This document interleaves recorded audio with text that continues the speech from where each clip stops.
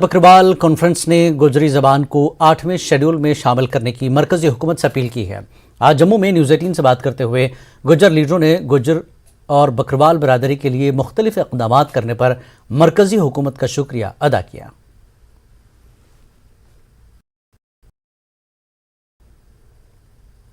हम ज़ाती तौर पर उनके मशकूर हैं और शुक्रगुजार हैं प्राइम मिनिस्टर जी के और होम मिनिस्टर जी के।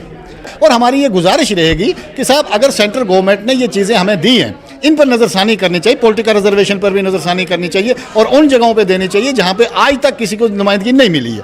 और दूसरा फॉरेस्ट राइट एक्ट जो है, और फॉरेस्ट राइट एक्ट को भी एडमिनिस्ट्रेशन को कहा जाए, डीसीज को कहा जाए, चीफ सेक्रेटरी को कहा जाए कि साहब इसके लिए एक नोडल अफसर बनाए जाएँ और उनको जिम्मेदार किया जाए, बनाना चाहिए कि वो जाके इस ग्रास रूट पर इन लोगों का काम जो है करें। गुज्जर बकरवाल कॉन्फ्रेंस के स्टेज से ये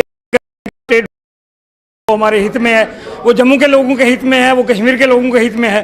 और ये इलेक्शन से पहले अगर ये स्टेटहुड बहाल कर देंगे तो उससे इलेक्ट्रिक प्रोसेस जो है वो जाए। और मुझे लगता है कि आज हालात उतने ख़राब नहीं है, नॉर्मल हालात हैं जहाँ पर सब सिस्टम चल रहा है। तो इसके लिए अमित शाह जी को और प्राइम मिनिस्टर मोदी साहब को बड़ा दिल दिखाना चाहिए और स्टेटहुड वापस करनी चाहिए। तो हम गोजरी ज़बान बोलते हैं, ये अफ़गानिस्तान से लेकर गुजरात से लेकर राजस्थान से जम्मू तक बोली जाती है और ये इंटरनेशनल ज़बान है। और ये ज़बान को इन्होंने ड्रॉप कर दिया।